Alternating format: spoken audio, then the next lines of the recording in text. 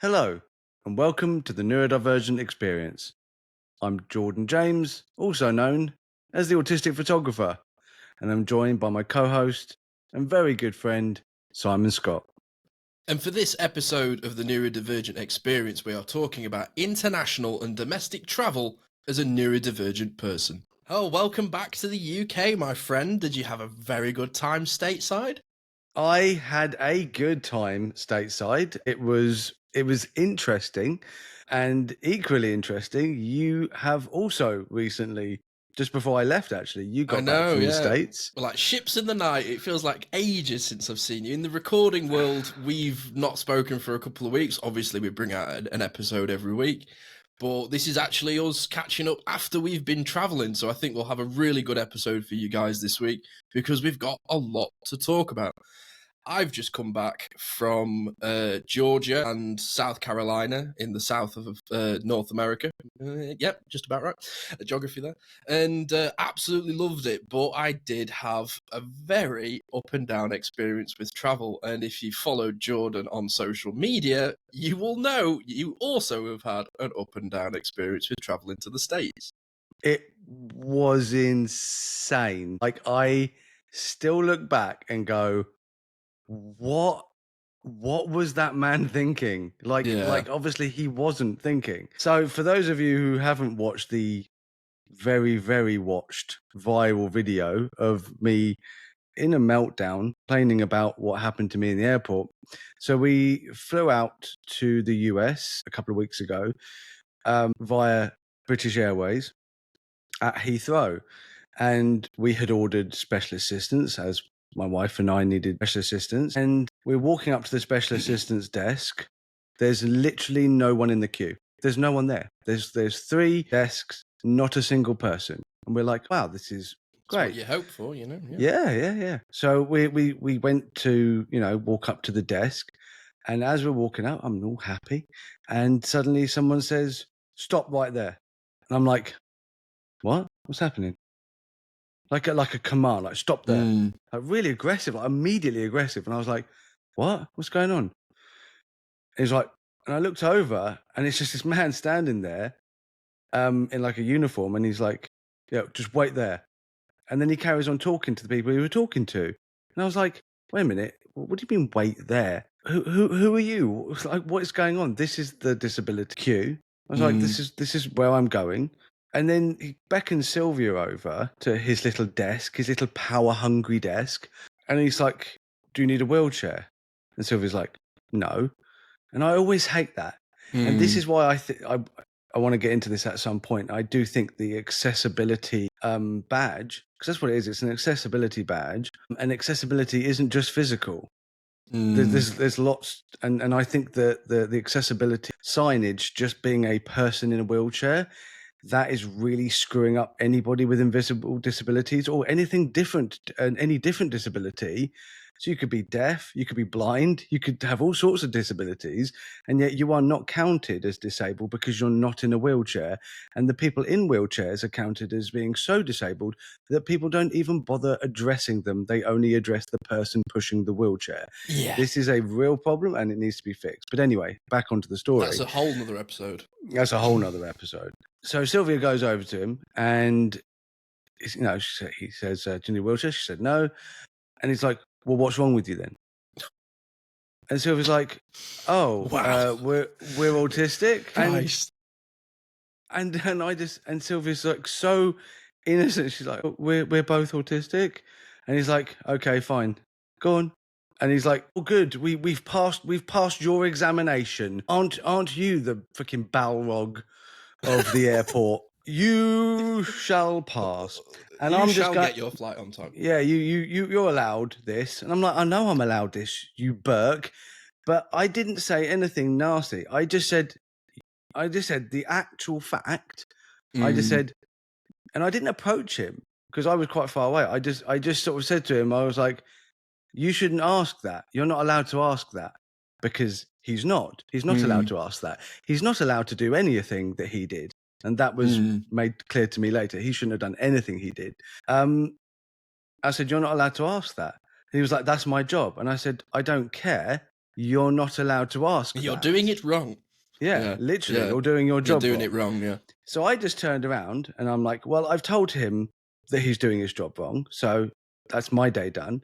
And I headed straight towards the lady at the check-in counter, so we could check our bags in. And all of a sudden, out of nowhere, this man has chased after me and has gone, you can't talk to me like that. I demand an apology. And I just went, what? He's like, come back here. I demand an apology. You come back and apologize to me. You can't talk to me like that. So I have two reactions to this. One, I have a meltdown and that guy is in trouble and so am I.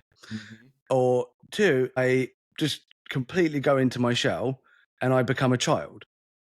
And I went for option B. Like I said, these aren't really options. It's just so whatever happens at the time. But at the time, I wasn't feeling aggressive. I wasn't feeling angry. I was actually really excited. I was really happy. I was thinking, oh, this is going to be a lovely experience. I'm really looking forward to this. I had the usual anxiety, but it actually wasn't as bad as it normally is because I'd booked the special assistants. Everything seemed to be going right. You made accommodations. I'd literally had it all figured out, but this man was the kink in my chain of armor. I just went, what is happening? And I just panicked. And I literally just beelined straight for the lady. And I said, excuse me, we're autistic and this man is chasing me. I said, I don't know what's happening. Can you please help us? And she just went, go away to the guy. She went, just go away, go away. That's the response of somebody who's had to do that before. Yeah. I was like, this guy's a problem and she knows it. And the look on her face, she just looks so fed up with this man. And she was like, just ignore him. Literally just ignore him. Don't worry about him. And I was like, it's a little bit difficult to ignore a man, an authoritarian figure, or at least he thought he was, chasing me, and shouting at me. And the thing is, at an airport, if somebody shouts at you and they go, stop there, you stop. Oh, God, yeah. There is a lot of anxiety around the security of airports from my experience. Anyway, I feel like I have to be on my best behaviour at all times, because I'm afraid I'm not going to be let on my plane. Literally. Yeah, there is that fear. So anyway, I said to her, we've got special assistants, and she said, yeah, I can see from your ticket, everything's fine, really nice. And I started chatting with her, and I was talking about my photography, and I showed her my photography, and she was, because I was just trying to sort of calm myself down so she could see that, and she was being so nice. Sylvia had just gone. She just gone. She had shut down completely. So I was like, okay, I've got to do this, because Sylvia was just so scared. Like, she just didn't know what was going on.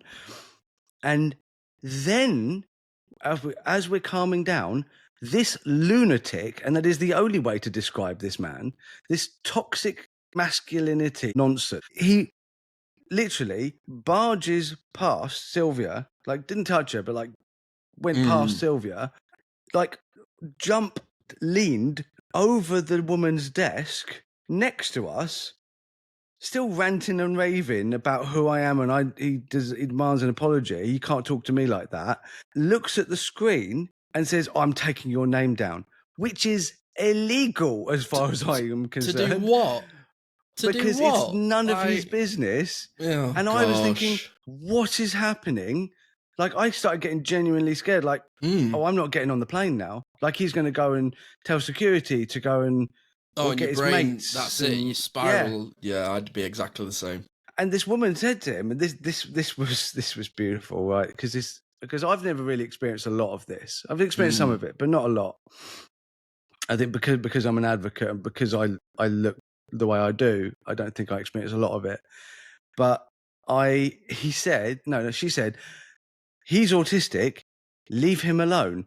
And this man went, that's no excuse for the way he talked to me. And I'm thinking, whoa, so what's your excuse, man? And literally, I'm like, the way I talk to you, all I did, and I didn't do it in an aggressive way, because I asked Sylvia. Sylvia's always, she's like, she's the one that always grounds me. And I'm like, did I say it she went, no. If you were aggressive, I would have told you. I would have, you weren't aggressive at all. You were literally just pointing out that he was wrong. But that doesn't register for him, obviously. No, because know? like, who's an authoritarian? How dare somebody? Yeah.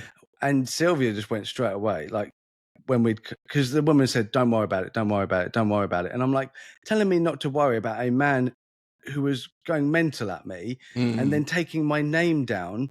And he was clearly unhinged, taking my name down. How am I in an airport? How am I supposed to not worry about that? And she was very sweet. But then I said, look, well, now I'm really like upset about this. Can we have someone take us through? Like, can I have someone there with me, so to sort of like be able to say what happened? And she went, we can only offer assistance if you've got a wheelchair. And I went, Gosh. 1, that is not true. 2, I don't blame this girl. She didn't know. And 3, again, that really needs to change, like people's perception of what disability is. But the conclusion to this is that I made a video. It went a bit viral. A follower of mine works with BA, contacted them. BA contacted me from their customer service, apologizing profusely, saying they're going to get retrained. Had a whole conversation. It was really, really good, really, really positive. And they offered compensation in the way of an upgrade for our journey back to make it as easy as possible. So we did get upgraded to slightly like nicer seats and Leg room and all that sort of thing. room, yeah. So it wasn't like first class or anything, but it was like premium economy, and it was nice. It was a nice journey back. Good. But yeah, so how was your journey? So I love traveling. I love going to new places and exploring things. Like, it's something that I really love doing. Yeah, we love it too. I always feel most myself when I'm away. I feel like there's like zero expectations of me. People don't know me, so I can just be myself unapologetically. It's why I love going away. So we flew to Heathrow, and I find it's the sitting still that kills me. It's the being sat still for really long periods of time, being in the window seat, feeling like if you have to get up, you've got to get through people.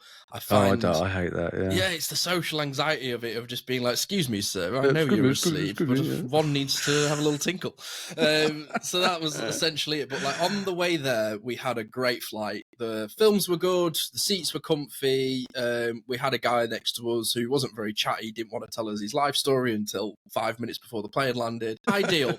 We were sat on the runway for what felt like 45 minutes. One thing I will say as a Brit, fair play to us, we are very good with our airport systems in the sense of it's organised, they've got the machines. Every single time I fly into America, dude, there is like 4 flights that come into the airport and there are 2 people manning the desks. And there just seems to be an infinite empty row of desks. And they'll wave you forward and they look like they're about to eat you if you say anything wrong. I hate getting into America. I feel like I'm in trouble until I literally like get my cases and get out. Yeah, I was shocked. We had like fingerprints taken. Yeah. And the guy was like, "Oh," because I was wearing, I'd bought a Lakers hoodie to make, because Sylvia's so good. After the incident, obviously we were like all shook up, and we went straight into a sports store, and there was a sale, and Sylvia went straight to the hoodies. Perfect. And I found a Lakers hoodie, a Jordan Lakers hoodie that I'd actually really wanted, and it was less than half price than what I was planning on buying it for. Meant to be, innit? And it was like, Sylvia knew exactly what to do with it. She's like, "Yeah, I'll get him to buy a hoodie, and that'll make him feel better." And that's what I did. I bought the hoodie, and it was like an oversized hoodie, and I just put the hood up, and I was just like, I love that. Safe space, safe space." Did you find the flights on the way there after this? Did you feel a bit like riled up? Did it take you a while to like chill out on the plane, or did you find it all right once you were on it? I think we were getting over it. I think after I did the video and I was able to talk about it, I felt better after doing the video, because I think that when you're in that situation that's so horrible, that you do start feeling really alone, like no one cares about you, like this is just you against the world.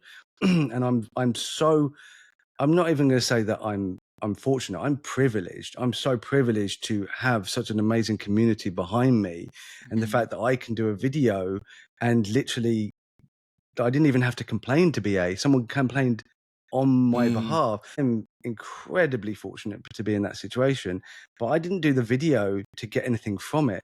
I did the video because I do videos, and it was a thing that I was like, oh, I need to tell people about this. This is horrific. But also I did that video because it made me feel calmer, being able to just concentrate. It's a bit like doing with the photography. I can just focus on this one thing. And also I just felt better. Like if I had like 5 views, I would have felt better because I'd have like, well, at least I did something. I was planning on making a complaint when I got back, but like that's a whole thing, and no one really seems to care. And I think that's also got to change. You shouldn't have to do a viral video to get any sort of traction if something bad has happened to you. Yeah, like I wouldn't have done a video because I'm not like big on social, but I likely would have called you and talked to you about it if that had happened to me. I'd have done a video for you. Yeah, basically. This has happened to my best friend in the whole world. You would have just seen me in the corner going like, that would have been the whole situation. I was just going to say, like when we got into the States, and I was wearing the Lakers hoodie, and the guy was like, "Oh, are you going to LA?" I'm like, "I've just flown into Portland." Well, what did you think of the what? What did you think of the airport culture? How they have like constant connection flights, and they'll just like jump on a plane for a few hours. Like, did you notice? It was those sorts of folks around. Everyone go here, everyone go there. Yeah. Getting off. Yeah, I do not like getting on or getting off the plane. Depending on the plane itself and like the experience, that's an up and down. Sometimes it's good, sometimes it's bad. But for me, getting on and off the plane is always bad. Like there's never a good. I had a lovely time in the airport. That is not a phrase you will ever. Like this with your neck cricked under the baggage over you, just waiting for the people in front of you to just filter off the plane. You're all just like sardines, just like stood up, going, "Let me off the plane. Let me off the plane." I get alpha. I just stand up and I just like grow in size. And I'm just like, if anybody touches me right now, you are going to get an earful. But it never happens because, like, to be fair, like most people will just, sorry, oh, excuse me. Oh, yeah. And that immediately makes me like that. And I think I'm very much a person who reacts to how people are around me. If people around me are just like really cool and chill, and like in a gym, in a gym, you've got lots of really big testosterone filled guys, and women who are, working out and like, but everyone's really, really pleasant. And, you've got guys who are like 3 times my size and lifting like 100 kilos with one arm, and you go over and they go, "Oh, have you finished with that bench?" They're like, "Oh yeah, no problem, mate." Oh yeah, I have that. And I'm just like, yeah. And literally, I'll have a guy that'll pretzel me up, and he'll be like, "You're right there, mate." I'm like, "Yeah, fine, absolutely fine, yeah, great." Yeah, it's traveling in the States is wild. I absolutely love their cars. Like, I don't know what kind of car that you guys rented, but me and my dad, we had a Jeep Wagoneer, and we had to use a step ladder to get into it, basically. And yeah. But it was so comfortable. Like, it had air conditioning, like, in the seat, and it was great, like, being sat up really high. Like, both me and my dad, I don't know whether it's because we're short or what, but we both seem to get tight backs if we sit for too long. Maybe it's Did you have a booster seat? No, but basically, yeah, we both basically had booster seats. But it was really weird because, like, the console in between us was like 2 feet apart, so it was like we were sat like there was like a middle seat in between us. Where Did you have to have like a radio to communicate? Honestly, like, it was huge, absolutely huge. Like everything seemed to be bigger. But no, yeah, this is the thing is I absolutely love travel, but it's the getting there. Like I always find on a plane, my ears are the big sensory thing for me. I find the constant humming on a plane and the air pressure, like my nose will flare up and all my sinuses. Like I always have 100%. sinuses if I fly for too long. So like the flight that I did was like 8.5 hours. I find the cold as well a little bit tough. Like if I get a chill, I feel like I can't get warm. But yeah, the flight on the way there was absolutely great. Really enjoyed it. The flight on the way back, not great. Getting through Charlotte Airport was a pain in the arse. I knocked over a coffee within 10 minutes of getting in there, and then my laptop wouldn't charge properly, so that kind of set me off a little bit. Yeah. So it's little things, isn't it? It's the little things, dude. And then we were on the plane. Everything was fun. My dad's like, having a good sense of humor. He's having banter with people on the plane. He's had a great holiday. I've had a great holiday. We're both on the plane. I'm just half falling asleep. I'm really aware I need sleep. And I find when I tell myself I need sleep, my brain goes, "Are you sure about that?" And it just doesn't happen. It's like I just force myself awake by trying to sleep. Nice and chilled, laid back in the seat. I've watched a good film. Just about to doze off. So was my dad, with a full glass of red wine in his hand, which then just goes No. limp, and he pours it down my leg. Now, there is two things I Oh, hate in this world, Jordan, being smelly and being wet. And and I got sticky. both. And I had a Oh. proper little mini meltdown. I had a real good stim in the dark, and my dad was like, "Do you want me to just do a lap of the plane?" I was like, "Get away from me." We'd had the most great time, like really close, really bonding. Like my dad's like one of my, he's my best friend. But for those 5 minutes, I was like, "You touch me, you're a dead man. Get away from me." And he literally like had to do a little lap of the plane. And he came back with like 20 napkins, and he was like, "Do you want to just like go in the loo and pat yourself down?" And I was in there for like 20 minutes, just being like, just having a little like mini meltdown, and came out and was like, "It's fine, everything's fine. I smell like red wine and I'm gonna hurt somebody, but it's fine, absolutely fine. It's only 7 hours to go." So yeah, I didn't get any sleep, and I was really grumpy for about 3 days afterwards, because I just felt like I just couldn't get it like out of my skin. Just felt like this constant like, "Get it off me," for days afterwards. So here's my question. Is like every time I have a bad experience, I just go, I do not want to do this again. Like I'm put off Yeah, by I travel, and get I just that. think, do you know what? I'm just going to just drive around the UK taking photographs, because international is just too much. But That's obviously, what my I've mum's at. already My mum got. doesn't go abroad now. Yeah, I mean, my dad never used to. We would, but we would drive everywhere. He would never get on a plane. But obviously I've got Canada booked, which is end of next month, so it's like straight away Woo! almost. And then we've got Poland as well, and this is like 2 more. Oh, Mr. Worldwide. Yeah, well, I've already been to Gran Canaria, so I'll be on plane times, obviously 4 there, 4 back. So by the end of this year, I think I'll be like, I'm not doing this, and then I'm planning on going to New Zealand, Oh my which is God. the longest flight ever.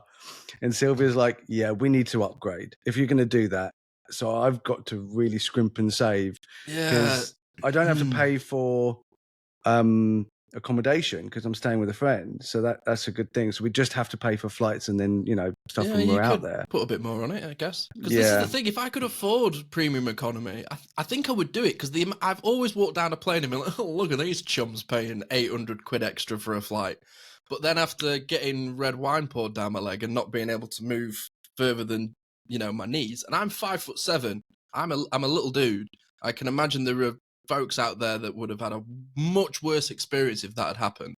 And I think about like the leg room and the comfort and the sleep, and it depends on what value it is to you if it's your thing. But I think if I was, because I really want to go to Japan, and I Oh think God, yeah. I would probably have to upgrade for that flight. We should do that together. Don't Like tempt like all 4 of us, just be like, me. let's go on holiday. Because Ooh. Japan is like right up there on my list for I've like always wanted to do it. just cultural wise, photography. I don't want to go anywhere near any cities or Some of the towns in best Japan. golf courses in the world in Japan as well. There's one Or we just could off of play Mount Fuji. golf. See that we're making plans. Okay. Yeah. Yeah, for me it's difficult on an airplane because I'm 6'5", so You're a monster. Do you know what? You're just so hench. Such a monster of a man. I don't even have to think about dunking when I play basketball. It's just The net comes to him. Yeah. I'm not really. I'm 5'10". What's funny is when I wishing I met was you, the way 6'5". that you talked about how tall you were, when I first met you in person, I was expecting you to be huge, dude. And when you opened the door, I was like, to me, you I just did called me a not short lie. ass at the time, and you were like, "I'm way taller than you." When you turned up, I was I like, am way taller than you. You're basically a hobbit, and I'm Yeah. Aragorn. Yeah, well, but you're welcome, that, Middle-earth. yeah. Thank you, Samwise. Yeah, you're welcome. You're all welcome. Yeah. So yeah, there's a lot of traveling for you. Obviously, thinking about the premium economy. Have you done like long bus journeys or train journeys, because in my early 20s, I've done like 24-hour coaches, and I don't know how I did it looking back on it. Well, I definitely want to hear about that. But the Yeah. longest journey I've ever done, apart from the time I went to New Zealand beforehand, is traveling to Poland via car. And it was 17-hour drive, and I did it in one go. Oh, you madman. That's hyper focus for you, dude. I don't think, I mean, I was a lot younger then, and you know, I think I'm a lot less tired of life. I couldn't do that now. I'd have to stop off halfway. I just would, or I'd alternate with Sylvia, because that was the plan. We were going to alternate. But once I started driving, I just hyper focused. I was like, I'm just going to get there now. And apart from like stopping for the toilet or stopping for food, or just, I literally think I stopped for half an hour just so I could just have a break. One time I was like, I just need a break. But essentially I just went 17 hours. We didn't sleep at all. I just went straight, just drove all the way to Poland. And then I did the exact same all the way back. And Christ. But I was like, I'm not doing that again. So now we fly to Poland, we get someone to look after the dogs, because that's why we did it, because we took all the pets with us. Makes sense. But now I'm just like, no, it's just, I can't do that again.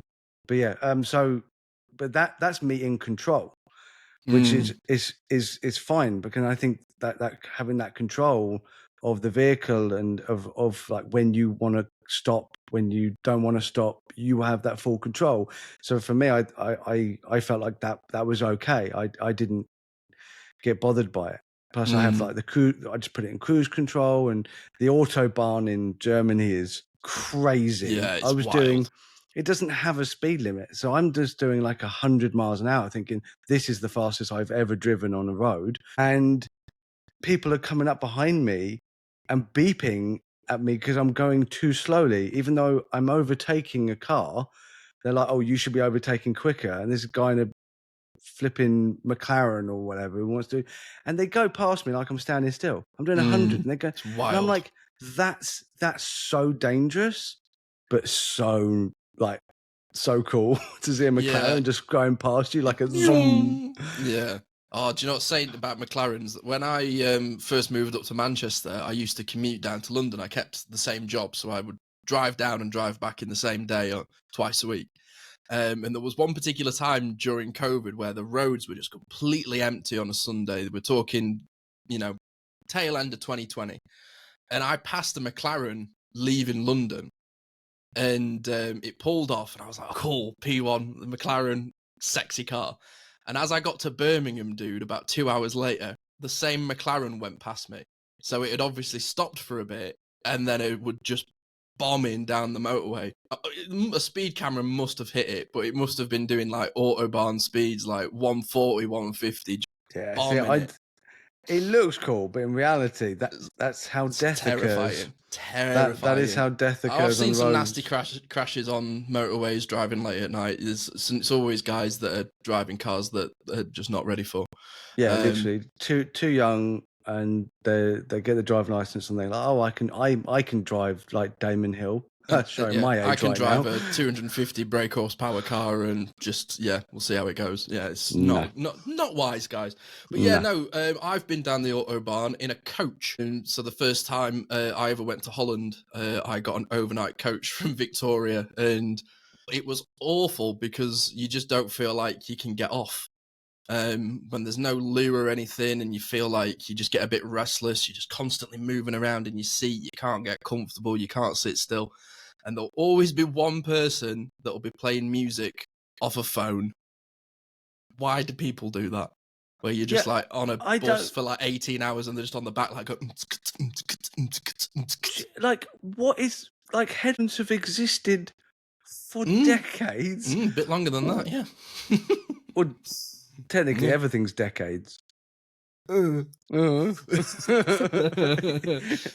it's less than that. All right, yeah, fair enough. This is why we need two of us, because one of us has to be smart. Great. Well, I was just thinking it wasn't just do me, all the actually. Technical wizardry make all this happen. It's fine. I can't even tell you how long it was, but I was on a train that went across the length of Portugal once, and it was after my 21st birthday, and I woke up on it. So Yeah, wild. That was a fun time. Went to see The Prodigy and woke up on a sleeper train to Lisbon, as you do. See, do you prefer being like, what's the word? Drugged up when you go Intoxicated or like intoxicated. Okay, let's start that bit again. So, do you prefer being intoxicated when you travel? Obviously, not when you're in control of the vehicle. No, I'm not flying the plane. No, I'm not driving a car like no. We're talking hammered. planes, and Yeah, trains. but yeah, exactly. When you're sitting and yeah, because for me, as soon as I got on the plane, I was like, beer me, just bring me beer. And I sort of downed a couple of beers, and it was nice. I was like, oh, that's great. Yeah, I like a drink on a plane. But I also have that thing of like, right, I don't ever want to be drunk or too inhibited, because what if there's an emergency? Yeah, I get that. I totally get that. Because there's that rule, isn't there, that's like 1 in the ground's worth 3 on the air. I think it's something to do with the altitude. It affects the oxygen in your blood and can make you more drunk. Not sure if that's correct, but I've heard a lot of people say 1 on the ground's worth 3 in the air. I didn't feel that drunk after 2 beers. When we flew out, normal. the guy who was sat next to us, he had 2 bottles of wine before we even took the seatbelt signs off, the little miniature ones, and I bet he had 4 or 5 of the little mini Jack Daniels. Whoa! And he seemed chill, but I was watching him, and I'm literally counting up the units, timesing it by 3. I was like, this dude is lit. He's hammered, but he seemed really chilled. But yeah. I hear a lot about this. People like, especially when I listen to like American podcasts and stuff, people talk about like taking an Ambien or something like that before they fly, and I'm like, well, so that relaxes you, and that's a really good idea. I had my ADHD meds, which obviously that relaxes me, yeah. And some coffee. Weirdly, coffee has the opposite effect that it does on most people. It actually relaxes me. Yeah, which it chills is a me out. common thing for us with our completely different wired brains. Yep. And so I want to be relaxed, but I want to be wary of like, if there's an emergency, I'm on it. And I think that's like that autistic sensibility. We want to be sensible because we want to be prepared. Like there's that preparation thing.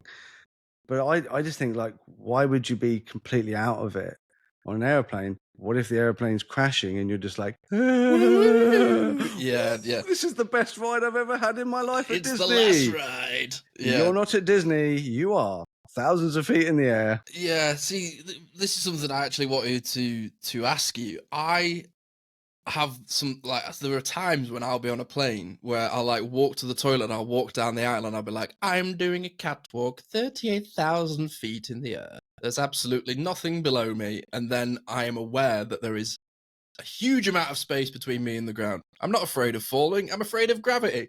And was just like, this could come flying down at any moment, even though I know it's not going to. And you're more likely to have an accident in a car than you ever will on a plane. 100%.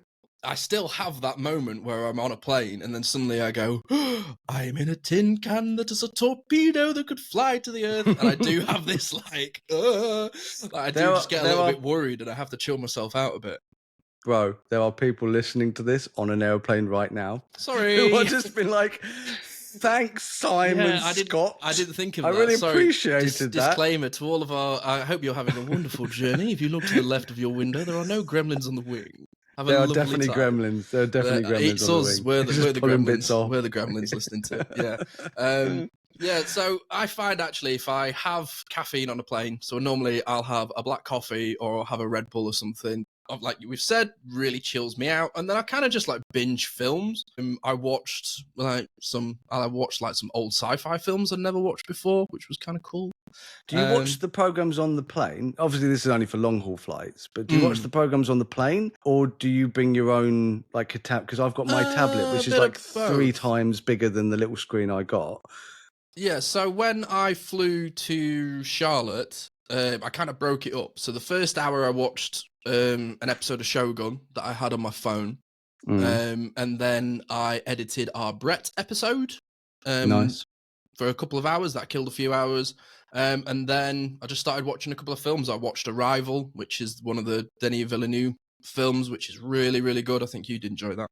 And then they had like a couple of Disney films and Pixar films. I think I watched Inside Out.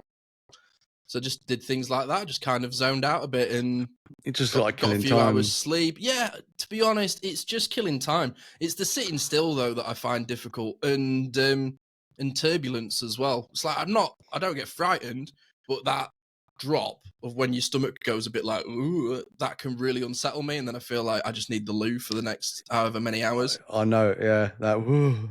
Yeah, and your stomach goes, and then it like that fight or flight thing kicks in, where it's like you need to run, empty everything, and then that's it for the next like 2 or 3 hours. I feel like IBS just kind of kicks in. So Going back to yeah. when you were saying about the sound and Oh that yeah, yeah. humming, I completely agree. It like for me, it definitely I hate it as well. And also, if there's like a baby screaming or somebody laughing, like high pitched laughing, Oh, anything unexpected or loud, or even like the toilet flushing, which sounds like the earth is coming to an end. It's like, yeah. and I'm like, Yeah. Jesus. My spleen's in there. Yeah. I was like, all of my body is just half sucked out of the airplane now. Yeah. But yeah, so I just for like life hacks, I guess, and I don't think this is like a new thing. Obviously, is try noise cancelling headphones. They are absolutely amazing. Godsend. They Absolute are godsend. literally a godsend. And because what I was doing, I was sleeping on the plane, but I had my tablet on, but it was paused, and then I had my Samsung buds in the in-ear buds. The noise cancelling, it's just gone. I can't unless like something's really loud. So if like the plane was crashing, I'd definitely have heard that. But that hum, it's just gone. It's just silent, and and that was with nothing playing. I think So I just had that silence, and I actually was able to sleep. The worst part of the flight on the way there, which was a really enjoyable flight, don't get me wrong. On the way back, I felt like I was overstimulated. I was just like, my holiday's over. I just want to go home. I just want to be home right now. And I knew that it was like an 8.5 hour flight. And then the drive from Heathrow, and we had to go back to my parents. And then I had to drive back from my parents, and was just like, Travel, just yeah. constant. I'm like, God, I just want to get there. And knowing that I had like 14 hours of travel, I had just like that executive dysfunction of just going, I just want to teleport. I don't want to waste time. Just get me out of here. I want to go now. But when we first landed, we were on the runway in Charlotte for nearly an hour. What? Just because there was an issue with like the plane getting in the gate. So we were all just stood up in our seats, just waiting for ages. And Delta, you are a great flight service, but for the love of Thor, will you not have a really annoying little jingle that you play when your plane lands? I was like, who is playing a little game? Who's playing a mobile game right now? I'm gonna scrap you on the runway right now. And it was like we were just sat on the plane. It's like elevator music. Yeah. Like why? Yeah, it was like there was like a Is light that elevator just like music. an American thing? I'm not sure if it is, but it's like, we we're going to flew with calm Delta, you down. and it didn't calm me down. No, I it was calm sat me down there, either. and I literally looked over to Mr. Jack Daniels, man, and was like, "Please, sweet nectar, help me through this."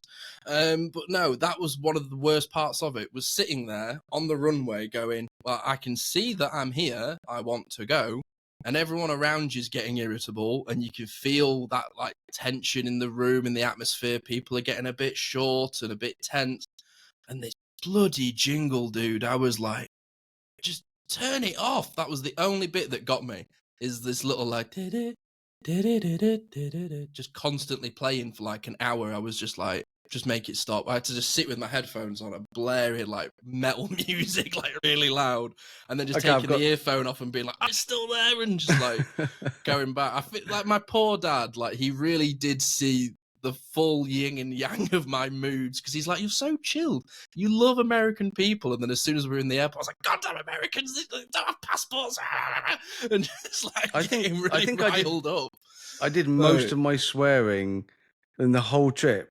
I did most of my swearing when we arrived at Heathrow, and I was trying to find my way out of Heathrow. Oh God! And I was like, They gave us the wrong car park for starters when we got there. We turned up and they were like, "You are in the wrong. Your princess is in the other castle." Was basically what it was like. Just 3 car Heathrow. parks we went to, dude. It was awful. Same. Heathrow, sort out your signage that says the pickup area is level 1. Yeah. Like You just car going around park forever in those 5, car parks, just like, and you're just like, there is no proper signage whatsoever. I even called the information. I pressed the information thing and went, where do we get picked up? And she sent us to the drop-off point. And at the drop-off point, it says, you can't be picked up here. So even the people that work there on the information desk don't know where you're meant to be picked up. I think it's a scam. I think it's a scam. Because you have to you get charged every time you pull up in the wrong bit. Well, it was £5 to drop off, £7.50 to get picked up. And I'm like, you are the worst. I hate you, Heathrow. I hate you.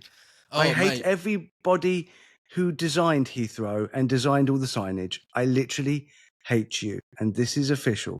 I hate you. So here's the thing. And I have to go back. You know that you had your what was the name of the queue that you went through at Heathrow? That the guy was just, what was the official term? Special assistance. Special assistance. Special. So before you could get special assistance, before assessment and diagnosis, how did you find queuing in like getting through customs? Like doing the security and being in a long queue and watching people faff around, and you're like, come on, get on with it. Okay, so we had kids. We had kids. No. So when you've got kids, you have the same thing. Like at Gatwick, because I'd never been out of Heathrow before. I always went Gatwick because Gatwick's like 15 minutes from my house. Gatwick to Heathrow. But yeah, when we went to America, we had to go Heathrow. When we go to Canada, we have to go Heathrow. But normally, I'd never been to the States. That was my first time. Normally, we would just go to Poland or go. I think we went to Malta. We went to one of the Canary Islands with the kids. So when we're traveling with the kids, it was super easy, barely an inconvenience, because you have the same rights as like disabled people. You could just go through that like at Gatwick they actually have a disability entrance which again they don't have at Heathrow. So you have a disability entrance where you go through security and have your bags checked and all that for only disabled people and people with children. And it's so good. And Heathrow should learn a lot of lessons from Gatwick, because Gatwick is by far the best airport. And I still have a lot of anxiety going through Gatwick. But like as far as like doing Gatwick in general, again, drop off and pick up is the same point. It's £5 each time. But it's the same at Manchester. Just kind of just getting used to really that. good as well. Obviously, yeah. An airport that is good is a much better experience. I still hate airports, but like hate it less at Gatwick. So, but yeah, Sylvia and I did a couple of trips, just the two of us, and it's horrible, and I just standing in queues with people like really close to you, and the thing is, it's not that I can't do it. It's not that physically I can't do this, because I have to do it. You have to do it. It would just mean that experience, which is not particularly pleasant, even with the disability access, as we found out, it just made it so much worse. So I was just constantly on edge. This is like before any of my like ADHD meds or anything like that. It was just horrible, which is why we'd only ever do it once every 4 or 5 years. I think like in the entire time that Sylvia and I have been married, when the kids were little, we had Sylvia's mum would come over from Poland and look after them so we could go away for our anniversary. And we did it for our 10-year anniversary and then our 15-year anniversary. So it was a 5-year gap before we even tried it again. But I think it's hyperfocus can be an incredible thing, as we have discussed before. And I think as far as like traveling, having that thing to focus on is integral for me to get through that thing. I think that Star Trek was probably written, like Gene Roddenberry was probably neurodivergent. We keep doing this to people. It's like, you're one of us. Yeah. So we're just like Gene Roddenberry, the godfather of science fiction. like, we just keep thinking, "Oh, I just can't wait for beaming to be a thing." We could just, like, Yeah, just beam get from me here there. to there and just Oh cut dear. out all the in between. But yeah, that hyper focus is basically like a beaming. It's like, oh, I can see that I'm going to get there. Mm. And nowadays, it's photography. For me, is that beam just to get me. So, what is your? Because I have a feeling I know what you're going to say, but what is your like hyper focus? I'm just going to get through this. It's like FOMO. It's like if because the fact that like the trip that I've just been on, it's essentially for my 30th birthday. You might see the little flag in the background if you're watching the video, but I've just been to the Masters, which is like the holy grail of golf. Yeah, love it. So it was honestly, it's probably the best thing I've ever done. It was amazing, absolutely amazing, and Oh, so good. that's traveling for me. It's with a goal in mind. If I'm just kind of like going on holiday just to like mooch around, I kind of like go into like one brain cell mode where I'm just like, oh, just like let people like get me there. But then I feel like when I'm traveling with Caris in particular, I have this sort of like, it just like, again, that hyper focus of focusing of going, no, I need to get there. I need to get you there safely. I'll get me there safely because we need to have a really nice time. But like a lot of my holidays, like if I've been to like Disneyland Paris or I go like when I went to Amsterdam to see Blink 182, I normally travel with a goal in mind. It's like to go and do something, and then a holiday is kind of built around doing something. Yeah. It's like the last time I went to New York, I went for WrestleMania. So I normally kind of plan trips around events. Like you say, you know, you went to Oregon to primarily take photographs. So that's sort of what helps me with travel. But it's funny really when we're sat here talking about travel. I think about, have I ever told you about when I came back from Paris the first time? No. And it was a nightmare. It was awful. While we were in Paris, a young man was killed and there was riots and strikes all across the city. One of the train stations that we were meant to go to on the way back from Disneyland Paris got smashed up while we were on our way there. So we had to like divert and stuff. We had people like firing fireworks outside our hotel and had a car set on fire. It was crazy. So it's basically like just Croydon on a Friday night. Oh yeah, it was wild. Yeah. Just outside IKEA, it was lit. So yeah, if you've ever been to Croydon IKEA, you'll get that. But yeah, so it was all kicking off. So obviously, Caris and I were a little bit like, that's not great, and she was a little bit nervous. And the extreme part of my brain went in that was like, I need to Google the embassy in case we're in trouble. So I started to like panic a little bit. I would have done that as well. Yeah. So this is the thing. So the next day, rather than do things and then get a taxi, we just stayed in the hotel.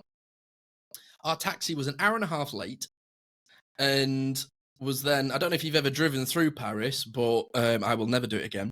It's one of the most stressful things I've ever witnessed. The whole time you're just like, whoa, watch out, wow. It's like people just nearly hitting you, cutting you up. There's like no control on the roads. It's wild. I know exactly. Yeah. So our taxi driver is already an hour and a half late, and then he decides to go to the opposite side of the city to pick up somebody else.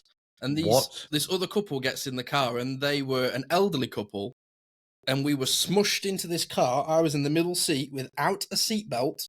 What? In 30-degree heat, no air conditioning.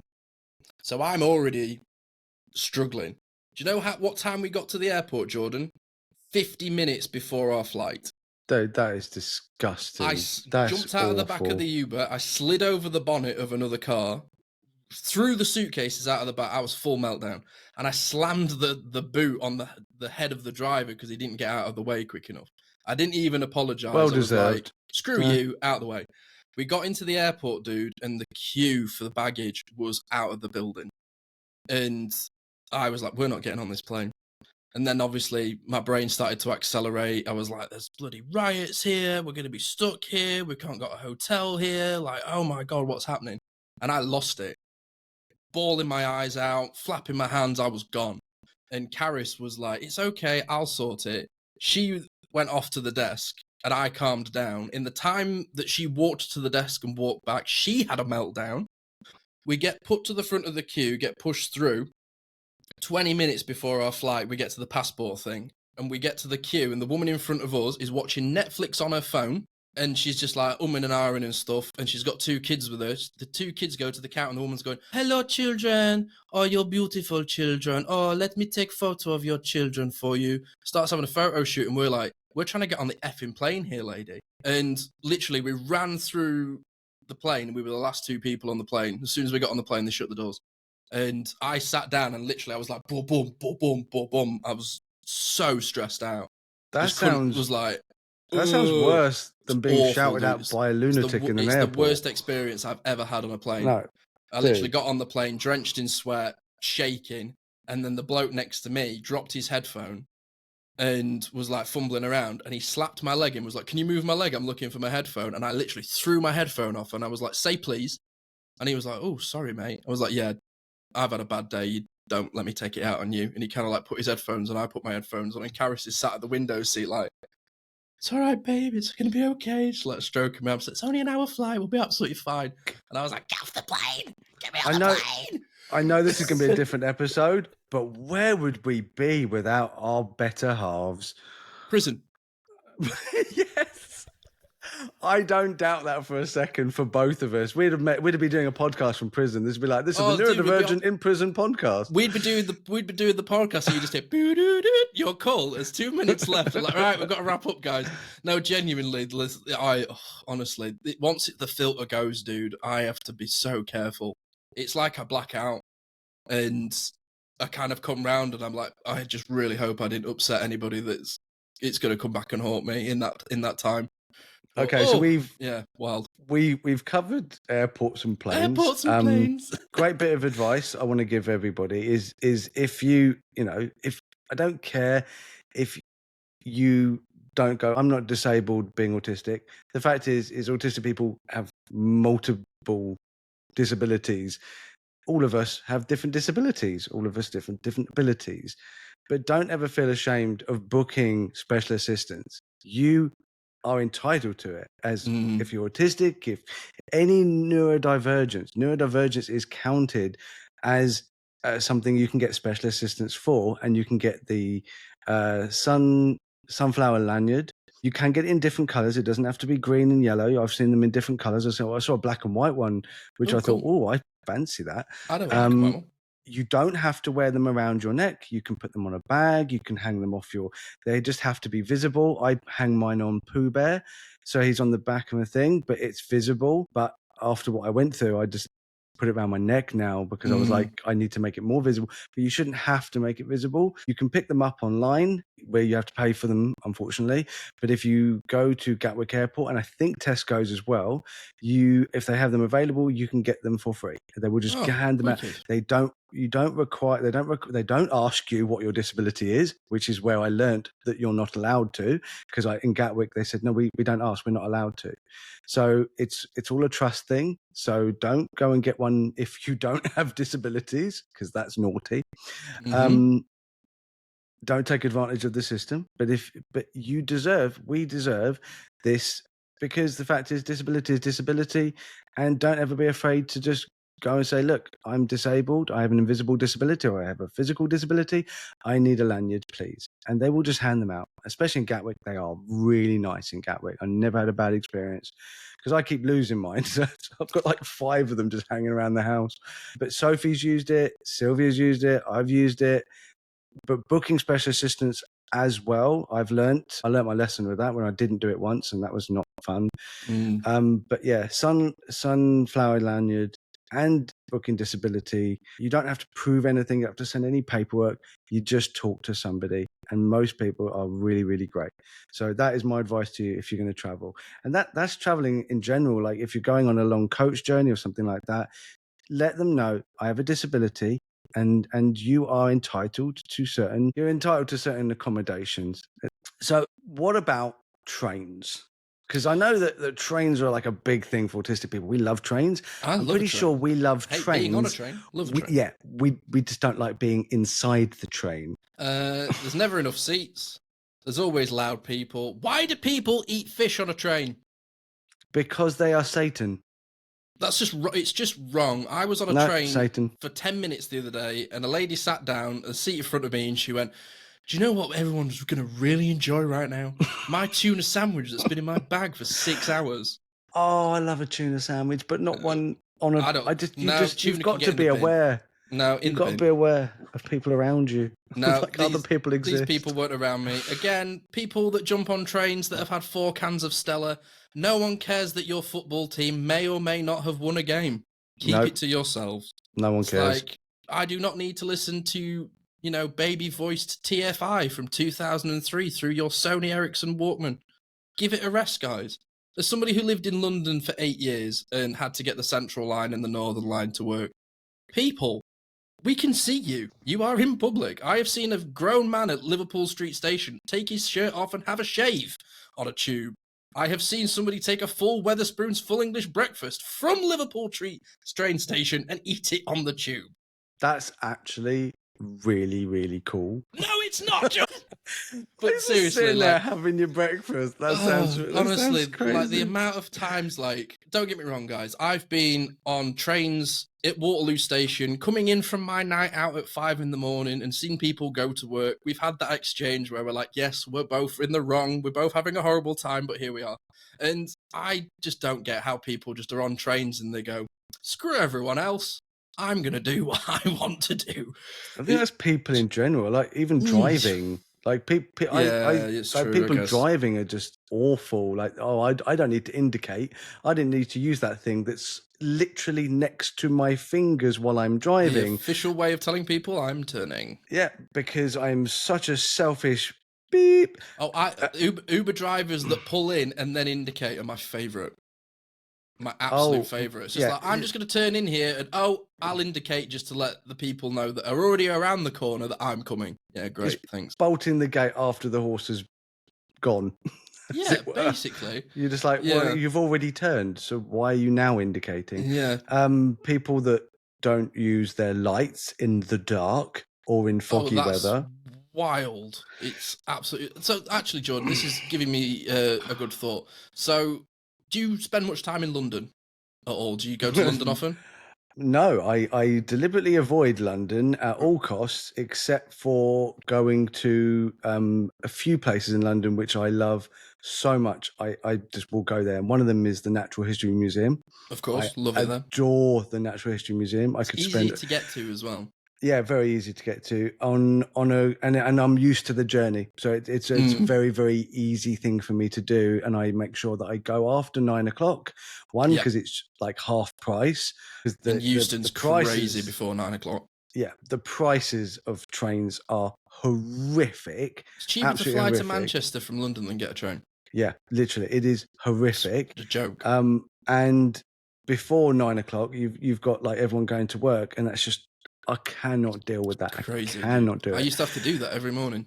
I know. I've done it when I've done training in London for my job, like fire training or first aid training or just like general security manager training. I've done it and I hated it, and it would ruin my day because I'd go there in the morning. I'd be so stressed out from the walking around London. It's not just the train. The thing is, I actually don't have an issue with trains at all. Like I like going on a train. So in the train, on a train, not James Bond. Right at the top, yeah. Yeah, literally. So please, everybody stop saying on a train and on a plane, because you're not on it, you're in it. So I'm guilty of that as well, by the way. I'm not sitting there going perfect, but I need to stop it. I'll be editing the episode and I'll be like, how many times does it say in? Yeah, 100%. Yeah, I need to start saying it because I can't say in the spectrum, so I'm in a plane. Yeah. So I'm in a train and I like it. I love going on the Bluebell Railway. It's like an old steam train, and cool. I love it. Steam trains are cool. Yeah, steam trains are cool. I like trains. I like going on trains. I just don't like people, like large crowds of people, as like I don't like them anywhere. And on a train, you can't go anywhere. It's not like, oh, I'm in the city and it's really busy, so I can just walk off somewhere, then go to a park and it's quieter. If you're on a train, you're on that train for an hour, hour and a half, 2 hours, could even be longer, and you are just and people are coming off and people are coming on and people come off and people are coming on, and it's stopping and it's beeping and traveling. Okay, so my worst thing ever on a train is the tube in London. And I haven't been on tube anywhere else except for Paris, and I don't I don't really remember. I just remember it being quite dirty. The doors, the old school doors, you have to literally unhook them and slide them and literally. stuff. Yeah. But it's the squealing as from the brakes as you go round bends inside the tube is the most horrific sound I have heard in my life. Yeah, it happens just outside of Camden on the Northern Line, and it's what used to wake me up. That's how I knew it was my stopping.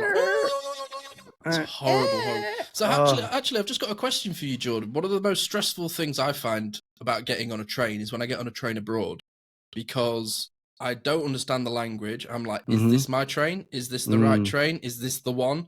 You're on the platform and it pulls up on time and you're like, is this the right one? Is it going the right way? And I will have anxiety until the moment the train literally goes boom and pulls away in the right direction. Like I have a fear that it's just going to go in the wrong direction. So how do you find navigating a city abroad then? So say if you've like been to Paris or you've been to like Krakow or Warsaw in like Poland or something, how do you find public transport when you're abroad? I hate it. I just rely. I'm like, my kids are pretty good at it because obviously they don't have driving licenses, so they're always on buses and trains, and like my autistic kids are like better at navigating like public transport way more than I am. Because I'm good at it, but I get really anxious. I'm so used to just driving everywhere. I'm so I need to go there, I'll just drive there. I need to go there, I'll just drive there. I'm so used to just driving wherever I want to go. Using public transport for me is a rarity because I won't drive into London because that's insanity. Yeah, it's nuts. So, and I've got such respect for anybody that has to do that as a job. I've got so much respect for you. I used to do it twice a week, dude. I used to drive to Millbank Tower from London. So I used to do Manchester to basically to Heathrow and go straight down the A40 to Millbank Tower, which is bang on opposite Westminster. So it used to be like hellish getting there. Everything's 20 miles an hour. There's cameras everywhere. Everyone's weaving in and out of you. You're crossing lanes all the time. Do you find that as soon as anybody gets inside the M25, the circle that is the M25, anyone that gets inside there just automatically becomes just a nutter? Oh, dude, just angry and just aggressive. Yeah. The best example I've ever seen of it is in Good Omens, where he's like, "Oh, we designed the M25 as a pentagram." Like, yep, yes, that's right. I forgot about that. As soon as you go inside, it's like, yeah, literally just like, whoa. Honestly, there's just something about it. That's why I keep away from all that. I just, I can't do it. It doesn't do it for me. I mean, I've lived in cities. I mean, I lived in London for 8 years, got the tube multiple times a day. And this was all pre-assessment, before I was confirmed autistic ADHD. And I can't believe I used to do that and put myself through it every single day and just be like, yeah, this is fine. This is just part of being alive, having sweaty people rub up against you and an armpit in your face and being a tin sardine and someone's just farted on a 32-degree day. That's great. And used to just kind of accept this as the norm. And now that I know I'm autistic ADHD, it's like I can't even think about it, let alone do it. The juxtaposition is absolutely, it's just crazy. I can't quite believe I used to do it. And no, it is strange. As well. It is strange that there's so many people before the understanding of that they are neurodivergent. They just go through life just battling and they don't even realize they're having to battle so much because they're just, well, this is my life. I have to do this. I have to work. I have to earn money. I have to have a career. And some neurodivergent people just can't do it. They just I can't do this every day, and they have breakdowns. They have mental health issues, which is part of a breakdown.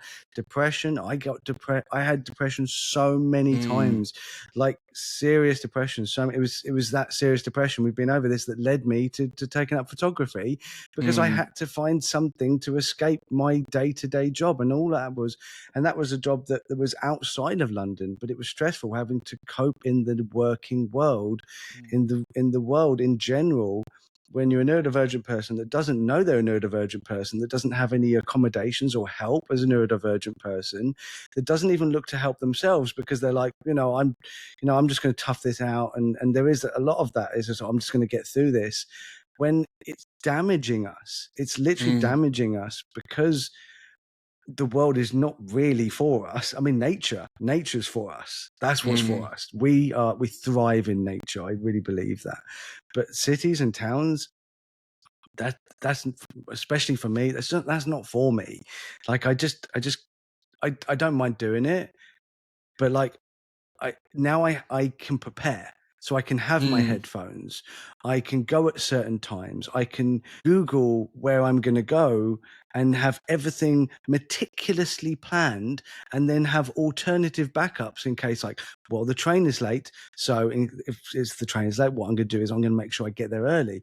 If I get there too early, I'm going to find somewhere where I can go and sit and quietly have a coffee or some breakfast or a sandwich.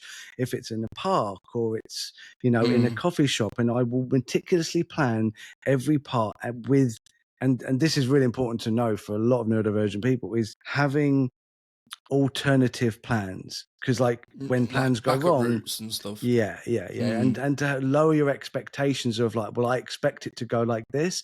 Say, well, I hope it goes like this, but I expect it to go wrong, so I'm going to make sure that I do this, this, and this if it does go wrong.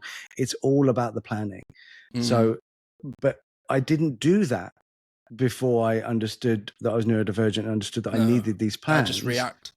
Yeah, I would just be like, well, I'm like everyone else and I'm just going to get on with it. And everyone else obviously has these problems, but they don't.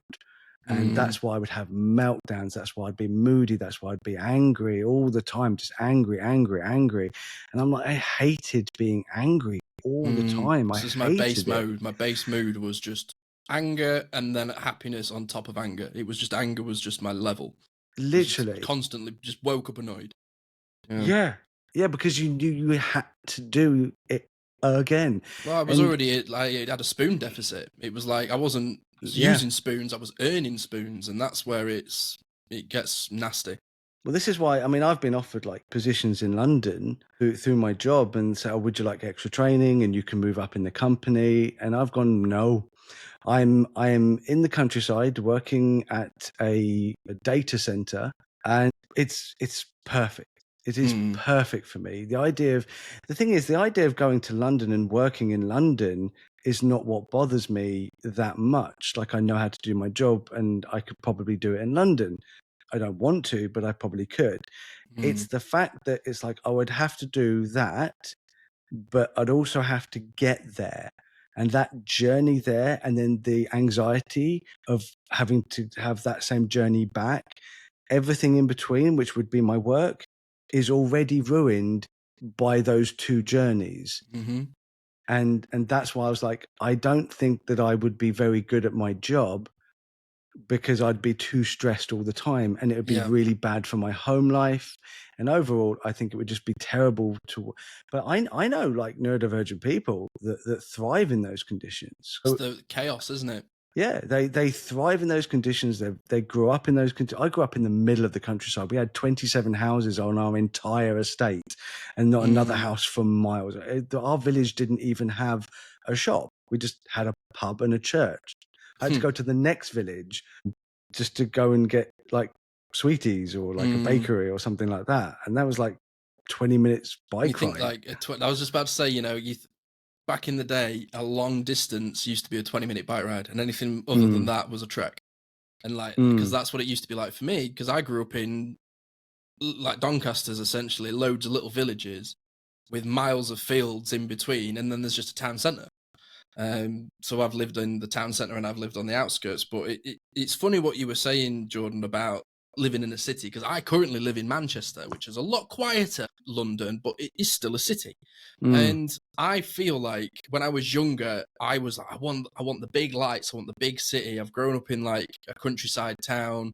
I want to be in the room where it happens. I want to be at the forefront of everything. And for a period of time, I did. But my God, the damage it did to me, it just drained my battery with my mask and oversensory light stimulation. And now I'm finding Manchester busy and I'm craving the countryside again. I don't know whether it's because I'm turning 30 this year. I'm entering that stage of my life, but I'm now craving nature constantly. I want to be near trees. I want to, I have a balcony in my apartment. And I know I'm very lucky in that sense. Not a lot of people have an outside space that have flats or apartments, but now it seems small because I'm craving a garden. It's funny how your brain like tears up. You want different things when you've had something for a while. But at the moment, I'm buying lots of plants for my garden because I'm just craving nature. And I never really used to be like that. I used to crave concrete. And it's just so funny how your brain changes when you know what you're working with. It's like now I know that my body doesn't like that and my brain doesn't thrive in that environment. It's almost like it just goes, nope, we're not bothered. We're not interested in going on the tube every day. It's like half of the time, dude. I don't even like going in the car. I'd rather walk.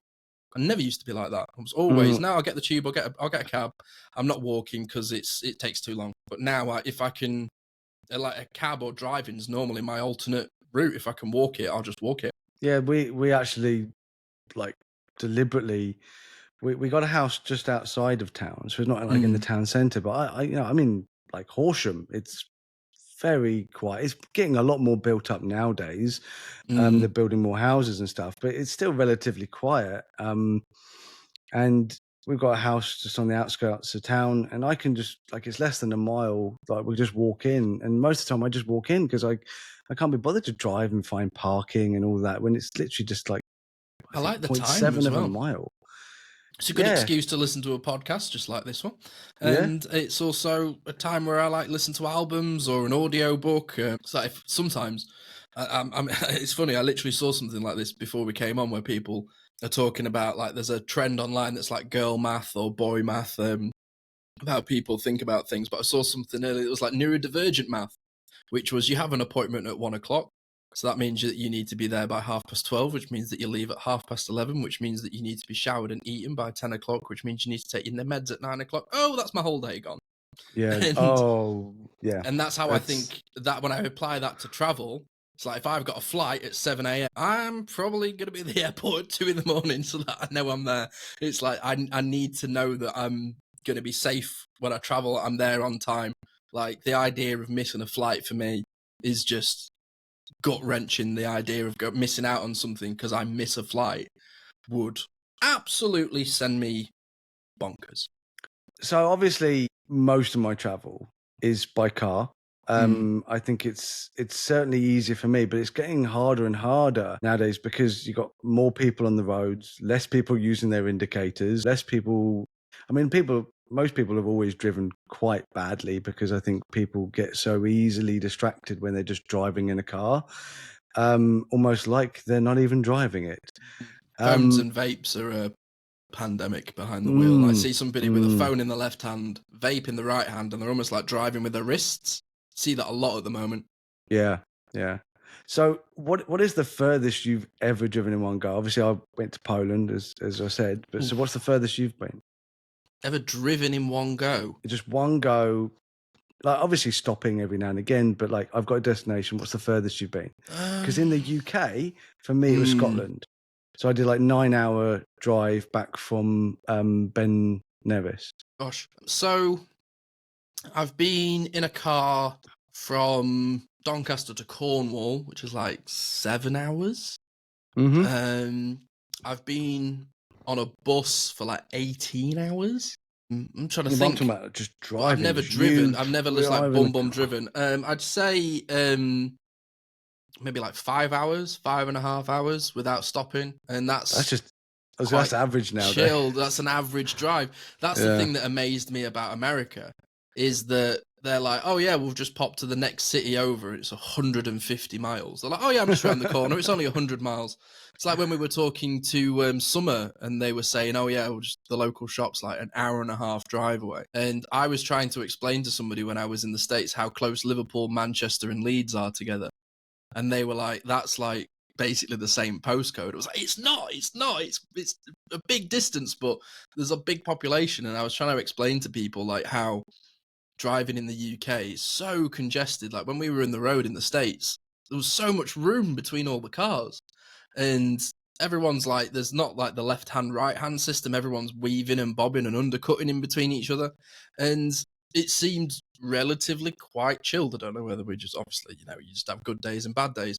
But yeah, I would say that I think the longest I've driven would be about 5.5 hours. Maybe Would you say 6. Would you say that's long? No, because I Good. get into So hyperfocus and just zone in. get in your car and drive down to my bloody house, Ooh.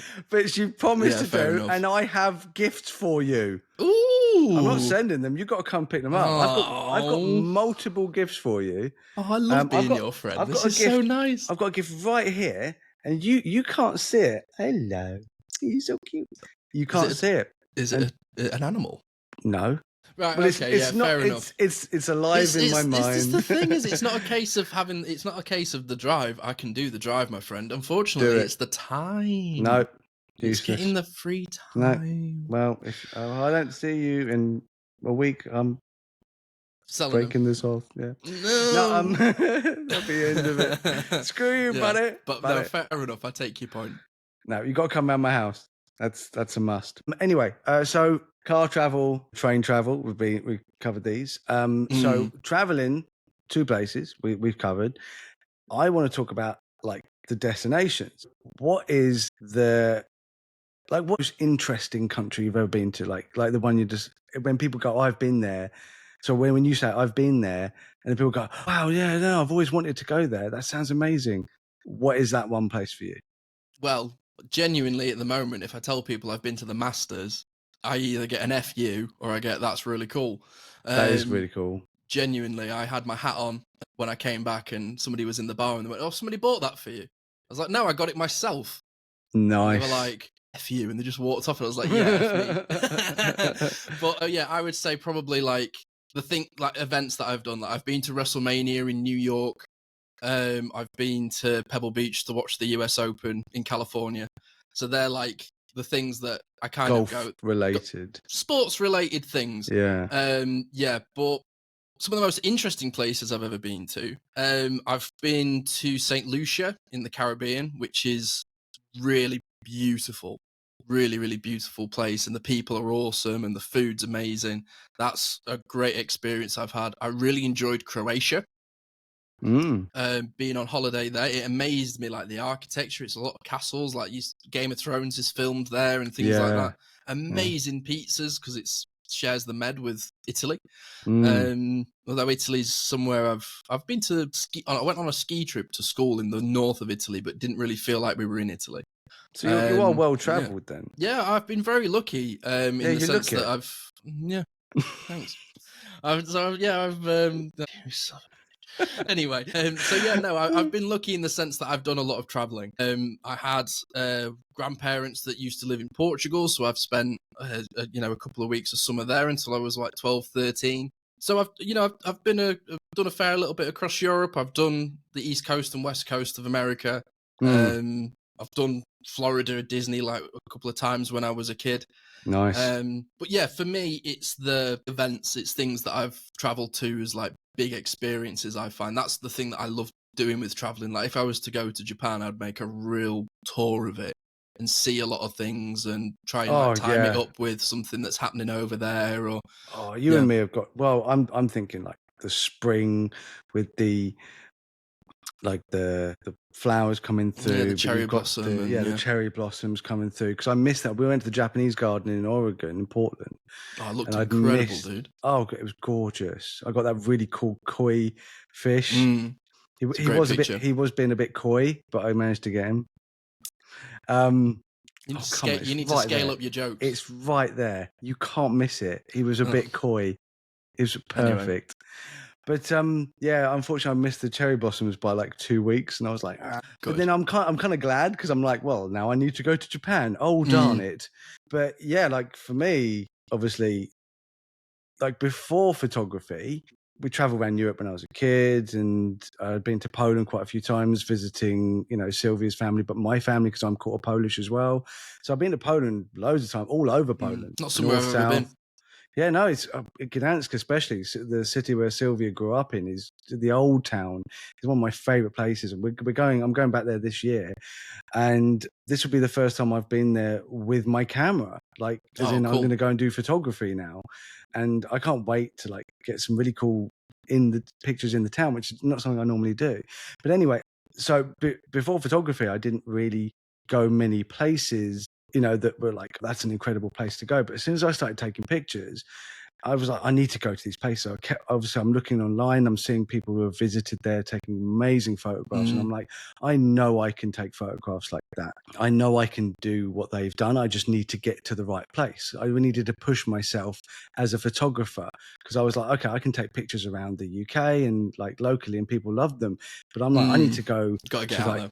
yeah, I need to go to New Zealand. I need to go to Iceland. I need to go to Iceland Switzerland. I love your photos from Iceland. The blues, I just incredible. love them. New Zealand, incredible.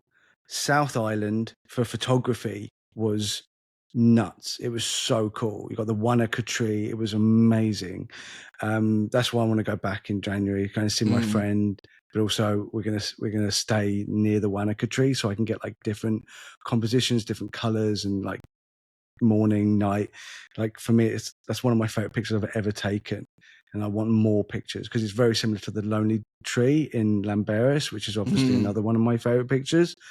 I love that sort of reflection tree thing. But Iceland was, and I've just been to America, Oregon, absolutely gorgeous, by the way. I find the towns that, because obviously all America is very different, but for me, the towns seemed like retail parks. Just one retail park after another retail park, free parking, you park there. But you know, like if you go to like Curry's or, you know, like just a retail park like where in they have like England. B&Q and all this sort of thing. Yeah, exactly, yeah, I get it. like that. Yeah, I kept thinking Dixon's, but that just shows my age, doesn't it? Yeah, like Pets at Home, and you're gonna say like Morrison's and like these sorts of things as well. Yeah, but So yeah, but like that seemed like, but most of it was just fast food. It was like fast food and then like giant Walmarts and Targets and things like that. But it was just one after another. And we visited like 3 different towns when we were out there and a city, and everything just looked the same. I wouldn't have been able to tell the difference where I was, apart from in Portland where there were just mostly homeless people. I think I saw more homeless people than non-homeless people where we went in Portland. it was the same for me in San Francisco. It was so sad. Just literally, we were driving towards the piers, and we turned a corner down a street, and we literally looked down a street, and we were like, "Whoa, wow, this is just crazy." like tents. It's They've like got like tents everywhere dude, with it's tarps wild. on, and It's it wild. was heartbreaking. I took a tough photo. It's tough to see. Yeah, I didn't want to start going around just taking photos of homeless people because I would have liked to have done that as like just to show like the terrible time they're going through. But like Sylvia was really uncomfortable. Brett, who's my friend in America, he was very uncomfortable. I was walking around like I just didn't seem I wasn't intimidated. I wasn't afraid. I was just sad. I was walking out. I just felt so sorry for these people that they get into these situations, and that's how I view homelessness. Isn't all keep away.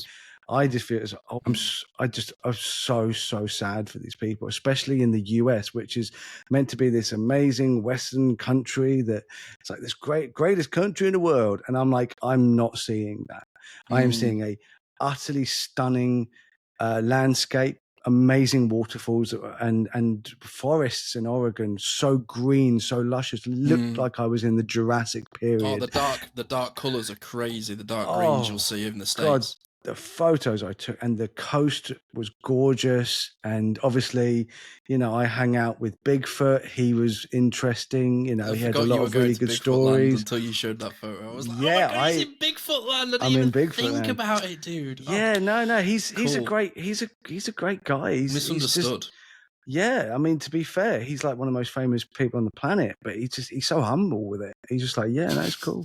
It's cool, But apart from Bigfoot, like in general, everyone was really nice. Everyone was really polite. Food is crazy expensive. Like I would imagine when I went to America that food would be like massive portions for small amounts of money because that's how it used to be. And I go there and I'm like, I've just got an average sized portion for like a lot of money in a McDonald's. Yeah, the price and the sizes have flipped. And I'm just like, like COVID just destroyed the world, man. Like just the hard reset. Literally. So yeah, it was that was weird. That it was a culture shock, not getting what I expected. It was a culture shock to have normal sized portions for a lot of money. That was a culture shock for me. Mm. But I weirdly, like, going there, I was like, well, I've never been to America before. This is my first time ever. But I kind of just fit right in because I've watched so much American TV, so many American movies. I've grown up watching TV and movies and cartoons and like that American culture. I was just like immersed in it already. Especially like, listening to American music as well when I was a kid. Your sports scene, like, how did you find being in a town that has an NBA team? Because I absolutely loved being in Carolina when their college team had just won women's national, and the town was buzzing, dude. It was wild. Oh, Portland was empty. Like, I've never been to a city that had so little amount of people in it. Nobody walks. They're all in the cars. It's like you never see people just walking on the street or like walking in between places. They go from the car to the car park. Yes. Okay. So that actually explains it a lot because we were walking around the whole place and we barely came across anyone. It was literally, I said to Brett at the time, I was like, this feels like 24 days later. And I was like, it feels all that scene that where Rick just in The Walking Dead, he wakes up and like there's no one there. And I was like, it feels like empty. But we went to the stadium, the Portland Trailblazers Stadium. I am a fan of them now. Cool. They're not a great team, I'll be honest. They were much better with Damian Lillard. But I went there and I got a Damian Lillard official jersey and some Damian Lillard trainers because I'd love Damian Lillard. And I got a t-shirt and a long sleeve t-shirt. And the guy in there was lovely. I got pictures with him. He complimented me on my Jordans, which made my day. I was like, that's a big deal from an American. You love that. An American who loves his trainers were sick. He had such nice trainers and he's complimenting me on my Jordans. Then we went to the Nike. So I had all that, which was really cool. Then I went to the Nike store, which is under renovation, and they had a smaller one opposite. And I was like, okay, that's not as good. But we went in there and the guy was there and he had some really nice Jordan ones, like orange and white. They're so nice. And I was like, oh, dude, your trainers are sick, man. And he was like, yeah, yours are too. Because I had my Jordan ones, which were like green and orange and black. They're so nice. And so he was complimenting my Jordans. I was like, this is the best. It's a lot of really friendly people. One of the things that I love about being in America is that people are, I don't know, it's like they don't have that sort of like neurotypical sort of conversations where they're like, hello, how are you? Very nice weather we're having today. They'll go, oh, I like your trainers. I like yours. Let's talk about trainers for 5 minutes. And then you go, right, had enough of that now. On your way. It's great. It's like these small interactions that don't seem to like go on for too long. And you're just like, right, nice to meet you, ma'am. And they go, oh, have a good day. And that's it. I like how polite people were. And they were just up for conversation, but they're like, no, just, we're done. I'll move on. But my experience anyway, like being in Carolina, I don't know whether it was the Southern hospitality that people talk about, but I just loved the fact that, like, at one point I had a guy that came up to me and he was like, I love your Bart Simpson tattoo, dude. Can I have a look? I was like, yeah, sure, great, no problem. And literally put my arm out and he was like, your tats are awesome, man. Where in Britain are you from? And that was it. We're off.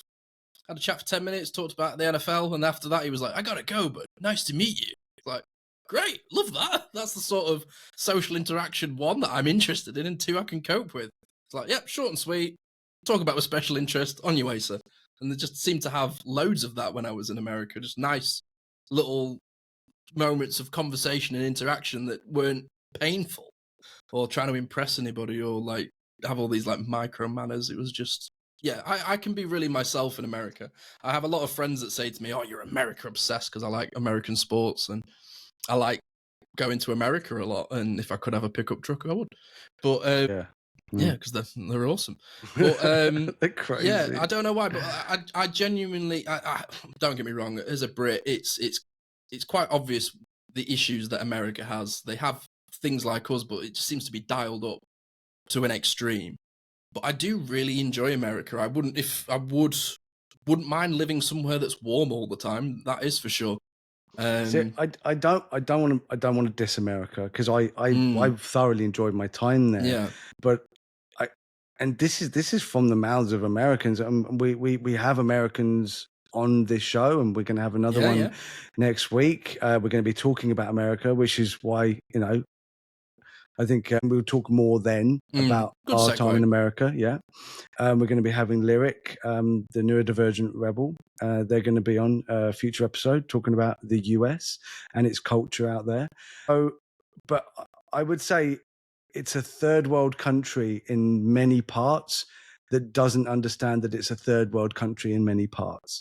But I would say that their scenery, and from what I saw and from what the other things, and I do want to explore America for photography and for cultural reasons. But it, like, certainly in Oregon, in that area, it was stunning. It really was. And I think my photographs show that. But I'm off to Canada soon. So I'm just mentally trying to prepare myself for Banff National Park for 2 weeks, which I am the most excited about, because that is... I'm excited for that for you, because you'll love it, dude. Oh, it'll be so much fun. Switzerland was one of my favorite places to visit for photography, and like so expensive, but it was amazing. Iceland, Switzerland, New Zealand, they're my top 3 international places that I've been. Sorry, Oregon, but you're not quite up there with those 3.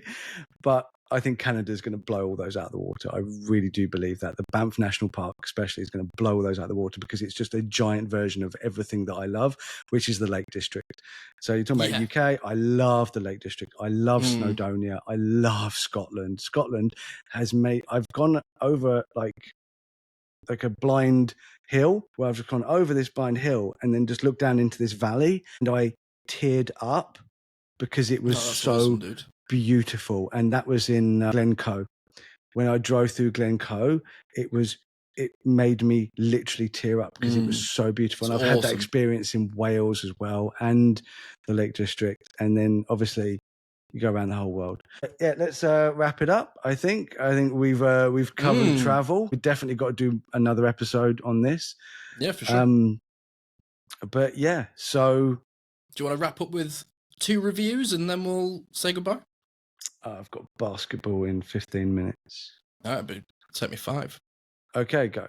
Okay, so here we go, Jordan. We've had a couple of reviews again, which is always really nice to hear. That's nice, short and sweet. So this is from Stitchin79 in the UK. This is my favourite podcast. I've learnt so much from listening. I'm actually starting to understand myself thanks to you both. Thank you for everything that you do with this podcast. It's really nice. And then I sent this one to you the other day because it was special, so I thought I'd read it out to people. This is from ML Dosh. Apologies if I've pronounced that wrong. This was on Apple in the US. This is neurodivergent representation at its best. I was 55 when I was diagnosed autistic, and this podcast is far and away the best resource I've found. Not an episode goes by that I don't see myself in at least one story that either Jordan, Simon, or one of their guests tells. I've never seen myself so routinely represented anywhere. I'd give the Neurodivergent Experience 100 stars if I could. Oh, I would too. I've got one. Yeah, sure, go for it. Yeah. This is a real one. Cool. Jordan is so handsome. No, I'm joking. That's what I get for trusting you. This one says, I just wanted to share with you how much I love your images, but more so how much I'm enjoying your podcast. I am currently participating in Walk for Autism, which is a fundraiser in Australia to support our neurodivergent community. And it's your podcast that I have been listening to on my daily walks for this. Thank you so much for everything you do and everything you stand for. Neurodivergence is beautiful, and I wouldn't change it for the world with my 2 boys and my brother. Keep up the great advocacy. Simon is okay. Yeah, I'll take that. Yeah, I didn't. Obviously, just I got my puffin died. I'm just gonna hold him. Yeah, this is fine. Yeah, I'll take that. Yeah. I'll take it. It wasn't okay. Dude, I love you so much. I've missed this. I've enjoyed this thoroughly. And we're doing it again tomorrow. And to be fair, I could do like every day. Yeah, I could just keep going. We'll find things to talk about. Yeah, well, absolutely. Now we've got official sponsorship. We've been at like 7 episodes a week and just really, really hammer it down. Go for it. Yeah, why not? So yeah, again, as at the beginning of this episode, thank you very much for RTN for partnering with us and being great pals. And once again, guys, check out in the description for the discount code if you go through their autism and ADHD assessments. So, if you've enjoyed this episode as much as the Puffin has, and you've found something relevant relative to your experiences with traveling, or it's given you a good insight into what you could do, better next time to enjoy it more, then we've done a really good job. The patience I'm doing trying to get through this. You're messing around with your Puffin. Anyway, so yeah, if you've enjoyed this podcast, please give it a 5-star review like those lovely folks have. And if you've enjoyed it, subscribe to it so that you never miss an episode. Jordan and the Puffin say goodbye to the lovely listeners. I licked a Puffin's head. And he liked it. Bye, everybody. Bye.